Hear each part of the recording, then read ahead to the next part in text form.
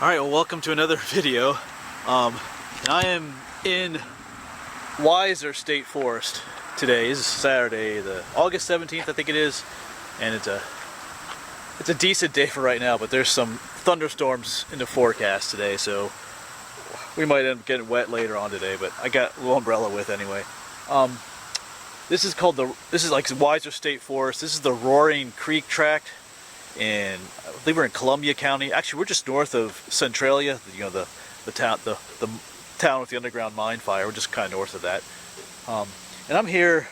I don't know what I'm going to get done today, but I was hoping to hike in the state forest a little bit. Well, I am going to be hiking in the state forest today, but some exploring. But this video, I'm going to be, as you can see the title of the video, I'm going to be showing you how to use Google Maps and GPS to find some abandoned places. I've been getting some requests to do stuff like that because people ask me, you know, how do you go about finding some of the places you find. So in this video, I'm going to show you how I do that, and hopefully it doesn't end up being too confusing. I mean, there's some of you out there who are very familiar with Google Maps and how to use a GPS coordinates, all that stuff. But if you're not, like the one person called himself a newbie, and they're like, you know, just asking me how do you go out doing all that stuff. So in this video, I'm actually going to go to a site that I found on Google Maps. So I'm actually going to do that in this video, take you to that place to show you how I do that. So hopefully this is helpful to some of you. And like I said, if you're really familiar with all this kind of stuff, this may not be all that interesting to you. But anyway, for those of you who are curious about how to use GPS and Google Maps to find things, you might hopefully find this video helpful.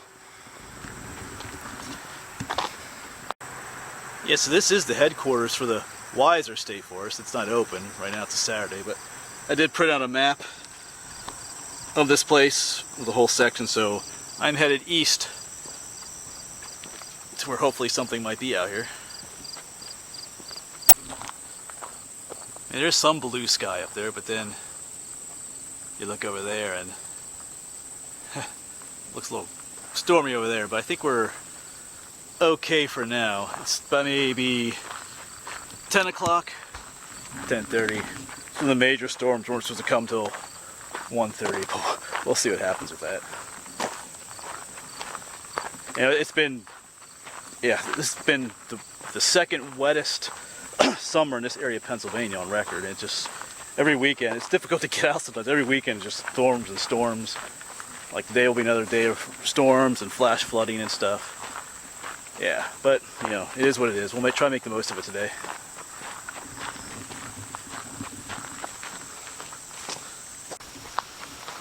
Alright, I believe this is the trail that I want.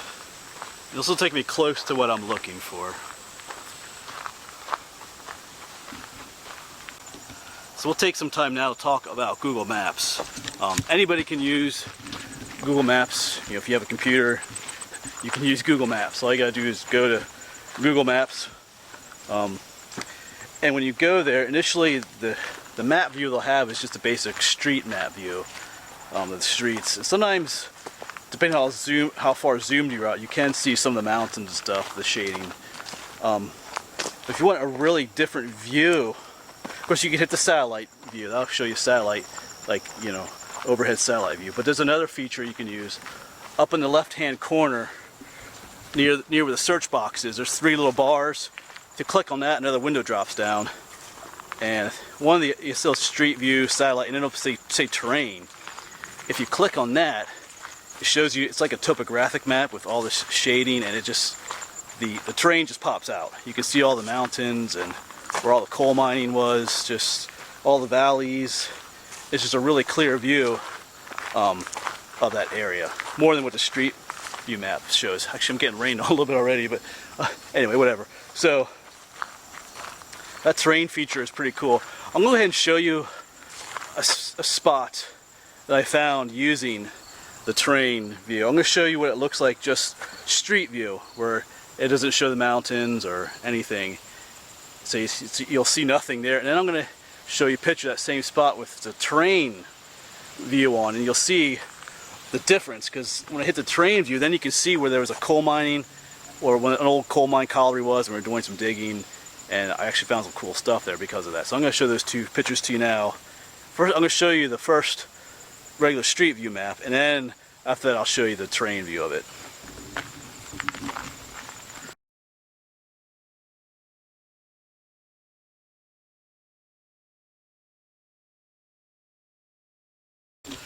So you can see a distinct difference between the two maps. The terrain view thing just pop out, and you can also use satellite images too. Just looking at, that's what I did today. Where we're going today, I was just checking this area out, and I came across this interesting little anomaly, rectangular looking thing out in the woods that doesn't look natural.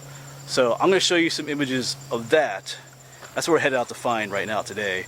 So I'm going to show you what it looked like zoomed out a little further. It kind of caught my eye, and then I'll show you a picture of it zoomed in a little bit more. So I'll show this to you now.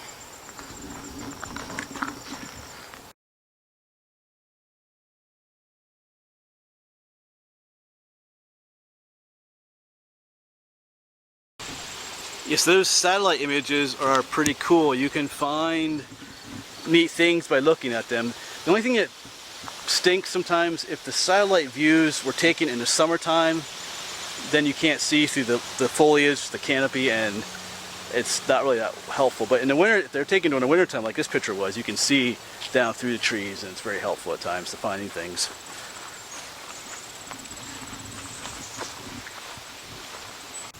Alright, so I'm just sitting down here now alongside the trail, and I'm going to talk to you about the more useful part of Google Maps. Then is, it's one thing to find something on the maps that you want to check out, but how do you transfer that into actually finding it out in the woods then? Because that can be the problem.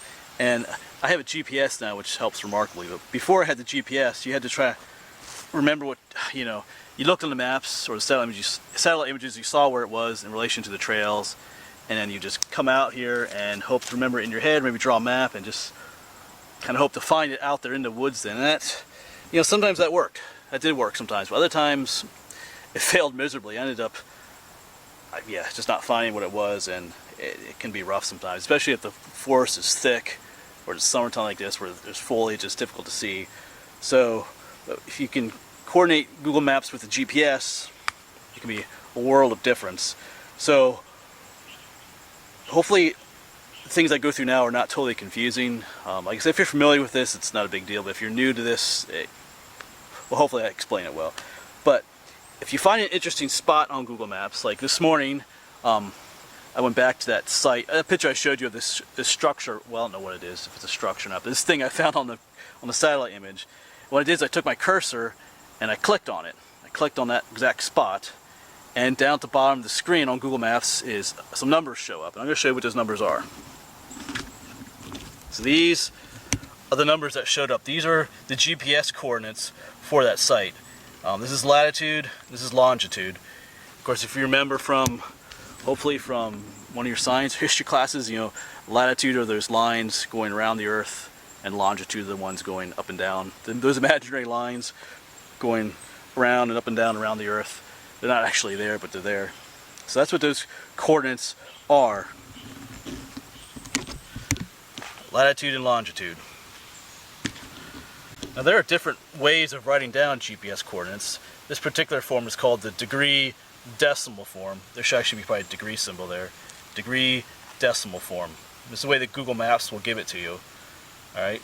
Now my GPS, my handheld GPS used for hiking, I have it set up to take another form of coordinates called degree, minutes, seconds.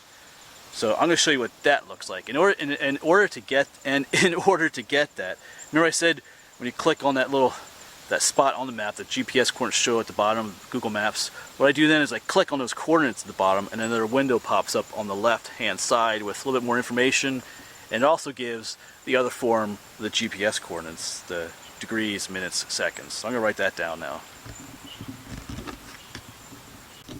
So there was our original set, the degree decimal form. This is the degree, minutes, seconds form. And actually there should be little symbols up here, but you don't have to have those there. It's the exact same coordinates, just written a different way. Alright, well there I added little symbols, degrees, minutes, seconds. So I just happen to have my GPS set up that it likes, that I use this form instead of this one. It doesn't really matter. Both will take you to the exact same site.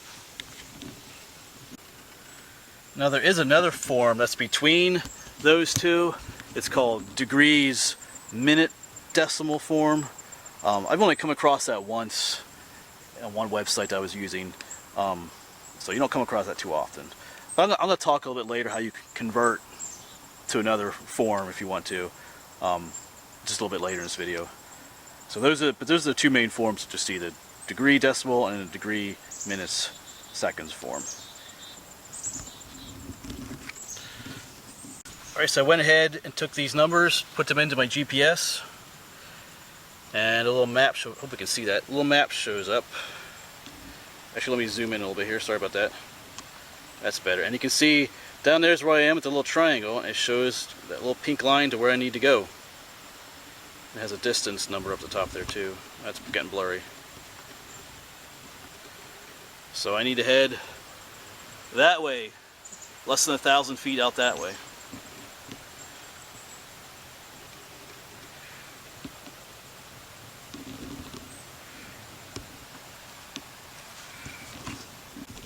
Yeah, so using the GPS with the coordinates just totally takes the guesswork out of finding a place like this. Because, like, walking on the trail, yeah, sure, you looked at the map, maybe you have an idea in mind of where you should turn off. Because at some point I'm going to have to turn off this trail and go into the woods. So, just where do you do that exactly if you don't have GPS coordinates? But the GPS, like, I'm actually going to walk down this trail a little bit more and then cut into the woods, because according to what I saw here, I kind of have to go at an angle in there. So it just helps you, it just leads you right to where you want to go. So if you're serious about exploring the woods and searching for abandoned stuff, then that really helps. It almost kind of when I got that GPS and started doing it this way, it just totally transformed the way I find things. Cause like it's a lot of times I was just blundering around the woods. I mean, you can find cool stuff by blundering around in the woods, stuff that you didn't plan on finding. I still do that sometimes. It's my videos, but if there's something that you see and you want to find, that's the way to do it. So before we head out and start searching for this structure or whatever it is that's out there, I don't think it's an actual building. It looks like maybe there was a building there at one time. That's just a foundation. I'm actually not sure. And that's the other thing. Sometimes when you look at a satellite images and stuff, you can't be exactly sure what it is you're seeing until you actually get out here and find it. So I want to talk a little bit about working in reverse with these. Sometimes I come across coordinates on a website. They say, hey, if you want to see this cool thing, here are the coordinates for it. So you can kind of go back to Google Maps and type in the coordinates, and Google Maps will take you to that spot if you kind of want to see where it is. You know, because sometimes you want to know where to park and other things, how to get there, have an idea of where it is. You know, because if it's something that's 2 hours away from you, you know, the coordinates are great, but you want to know how to get there otherwise. You look at Google Maps to see how to get there. So when you come across a site that gives coordinates, it'll give one of those two types of coordinates I showed you, the decimal degree or the decimal minutes seconds. It'll give you one of those two. If you're given this form, just go ahead to that top left corner where the search thing is on Google Maps. Just type in these coordinates, type this one, leave us some spaces, then type in this one, hit the search button thing, and Google Maps will take you right to it. Okay? Now you can use the other form too. If you use this form, you don't have to type in these symbols though, the degrees, minutes, and seconds. You just type in the numbers. Type in these set of numbers, leave a blank between them, leave a couple of blanks, then type in this set of numbers. Alright? Now there's one thing you gotta change though. See, this one has a negative. You gotta have the negative in, and then if you use this form on Google Maps, you have to put a negative in for that one as well. Hopefully that's not confusing. Yeah, when you use the first method, the decimal degree, it always has the negative symbol there. The negative just tells you you're on this side of the world, the Western Hemisphere. If it was a positive number, you'd be on the eastern hemisphere. That's the way it is. Same with latitude. If that first number was negative, you'd be in the southern hemisphere. If it's positive, you're in the northern hemisphere. But for some reason, and I don't know exactly why, but the second form that I use, the decimal, the degree, minute, second form, when you click it on Google Maps, when Google Maps gives it to you, it doesn't have a negative by it. And when I type it into my GPS, it doesn't use the negative. But if you want to find something on Google Maps, you have to put the negative in. Otherwise, it takes you to the other side of the world. I did that before, where someone had those coordinates. I saw coordinates like that, the 3 sets of numbers, and I typed them as they were given without putting that negative in for the longitude. And I was somewhere over in China, like Tibet or something, and I was like, what is going on? And I was confused. I know what's going on. And I realized, you know what? Shouldn't there be a negative there? And I typed the negative in, and it brought me back to this side of the hemisphere, this side of the world, and it take me to the right spot. So remember that. I'm not going to get into details of why it is that way, but just remember, if you're using that second set type of coordinates, you got to have a negative symbol in when you're searching on Google Maps for it. All right, hopefully that's helpful. And also, if you ever wanted to convert between the two, of course Google Maps does that for you. Like I said, if they give you this form, you can click. Remember I told you can click at the bottom of the screen where it gave you the coordinates initially, and it'll give you the other coordinates. But like one time I found a site that gave me coordinates in degree, minute, decimal form, which is in between those two, and I was like, really? Thanks a lot. You can convert that. You can do it with a calculator. I'm not going to get to that on here. But there are sites online. If you type in coordinate calculator converter or something, it'll convert one coordinate. Just type in one set of coordinates and then click the way you want it, and it'll do it for you, I think. But unless you're like really hardcore into this, you probably won't have to do that too often. So that's something else to remember. Anyway, I've been blabbing for long enough now. I might think of something else later to talk about with this as we're walking through this. But we're going to start searching again for that structure that's out here. So I have it on my GPS. Now it's just a matter of walking down this trail a bit more until I get more closer to it, and then we'll head on into the woods and see what it is. And it's starting to sprinkle just a little bit here, but expect that to happen. So anyway, let's get back to exploring, and no more rambling for a little bit. So at this point I'm going to head off this trail and into the woods here. Looking at my GPS, it's maybe 600 feet off that way. Looks like there might be another trail. According to GPS, there's another trail out there somewhere as well. So I think at this point I'm gonna start bushwhacking my way into the woods. Still making our way through bushwhacking. Like in this area it's pretty clear, but up there it gets a little harder to see. The forest gets a little thicker, but up that way is where we're headed. So that's why it's good to have a GPS too, because you can't really see. I'm about 500 feet away from what it is I'm looking for, but at that distance I can't really see anything through the foliage. So having the GPS point you straight as an arrow in the right direction is very helpful.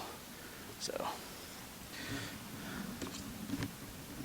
alright, we are still out looking for that structure, but if you know me, I can't avoid looking at nature too. Like, here's some cool purple mushroom. I forget the name of it, which is making me a little upset. Oh no, I remember it. Violet sticky cord. That's the name of it. Just came to me. The top is a little sticky. You don't often come across purple mushrooms. And just over here is a red one. All kinds of mushrooms out here. This is a russula, it's called. There's one over here too. It's probably, let's see if the stalk is white. It's either an emetic russula or just a red-capped russula, I think. So all kinds of other things to find too when you're just walking through the woods. So, oh, I should find some other cool mushrooms over here. Sorry about this. These are pretty cool. We gotta go check those out. All right, so check these out. There's a whole bunch of them. There's some just right up there. Yeah, they're growing all around here. Yeah, these are called golden fairy spindle. They're pretty cool looking. They almost look like fingers poking up through the ground. But yeah, there's a whole bunch up there as well. Yeah. Lots of cool things to see out here. My glasses are fogging up. The humidity is going up. So anyway, all kinds of mushrooms around here. Anyway, I gotta let the mushrooms go and keep finding this abandoned thing we're looking for. So I'm getting distracted. All right, let's get going. Actually, I did come across another trail here. It was probably on the map I printed out, but I haven't looked at that map for a little bit. So this seems to be taking us close to where we need to go, so I'm going to follow this for a bit. It's a red blazed trail. Who knows, maybe this will take us to the spot.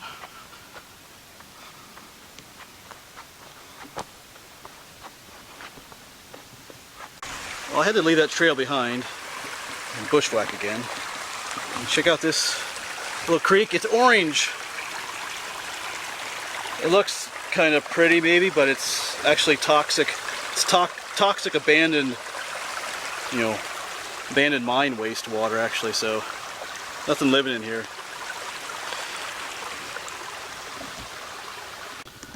Alright, so the area I'm looking for is right in here on the other side of that little, there's like a little raised earth area there.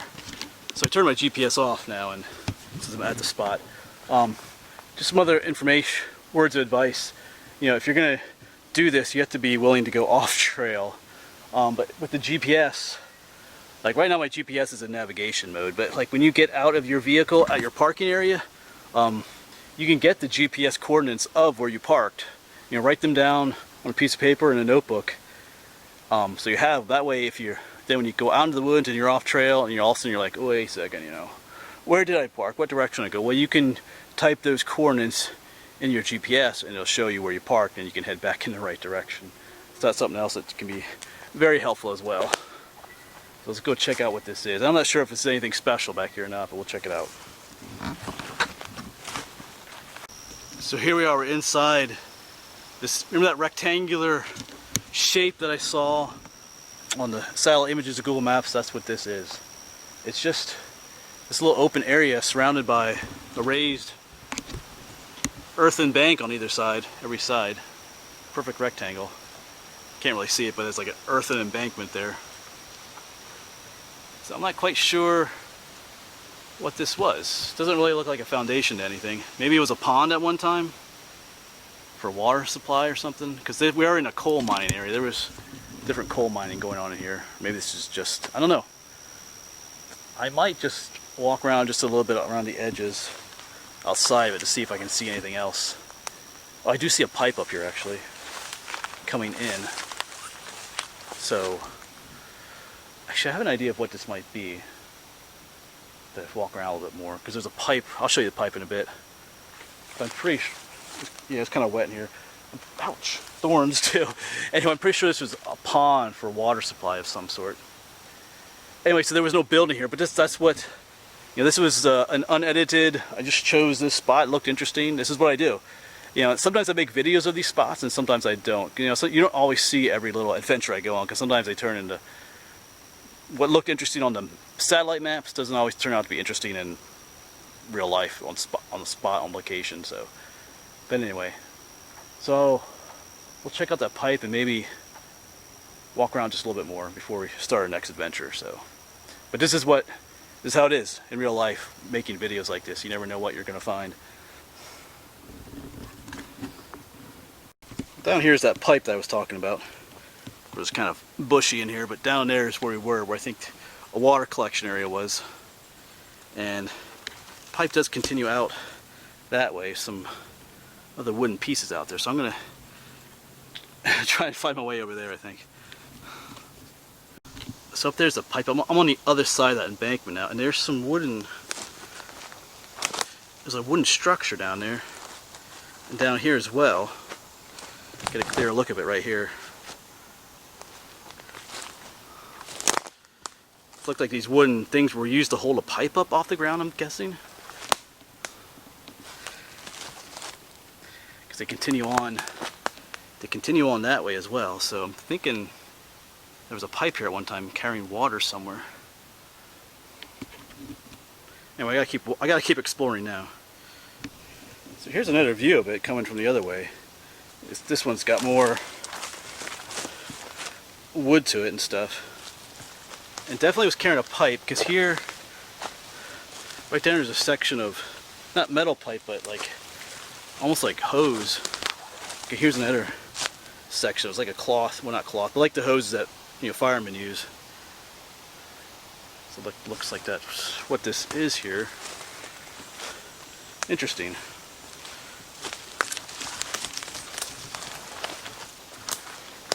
Just kind of ends here. Yeah, so if you have any idea what this all is, go ahead and let me know. I mean, I kind of had my ideas. I was expecting that pipe to go on down the mountain, because I saw another one of these along an old railroad bed once. It was like a pond. I think the railroad used it to collect water, you know, because they needed them for steam engines and stuff. And there was there was like a enclosed area like that, and then kind of a ditch ran down the mountain to where the railroad was. And then there were some other stone structures down there. But as soon as that pipe comes out, there's that wooden thing runs parallel with that enclosed area. So I'm not sure what this was. So I'm gonna have to walk around just a little bit more to explore this area, I think. So actually, I wasn't terribly impressed when I got in there, but then I saw this, and then it makes it a lot more interesting, whatever this place was. So anyway, I'm gonna look around a little bit more. Eventually here I'm gonna start on another adventure too, another video. So, alright, I'm gonna look around a little bit more. Alright, well, I'm done looking around that area. I didn't find anything else, and some areas were real thick with vegetation, so it was kind of difficult to see. But yeah, anyway, that turned out to be pretty cool, actually, I think. Kind of a mystery in my mind now as to what exactly that was. Like I say, if you know, feel free to comment, or if you have any ideas. So anyway, this will be the end of this video. I hope that information was helpful to you in some way. Like if you're new at this and, trying to find things like that. So hopefully it'll help you on your adventures. And thanks for watching this video. And we did get to find something cool in the end too. So anyway, I'm headed now to some other location, which I'm going to use my GPS coordinates for. Right now I'm calling it Smurf Pond, but we'll see. But that'll be in the next video. Alright, I'll see you.